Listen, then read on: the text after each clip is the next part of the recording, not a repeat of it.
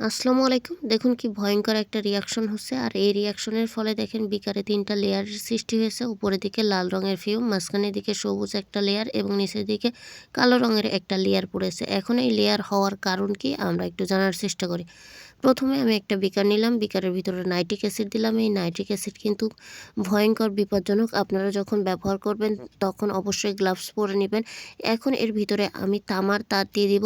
তামার তার দেওয়ার পরে দেখেন তৎক্ষণাৎ রং চেঞ্জ হয়ে গেছে। এখনই এর সাথে বিক্রিয়া করা শুরু করে দিবে।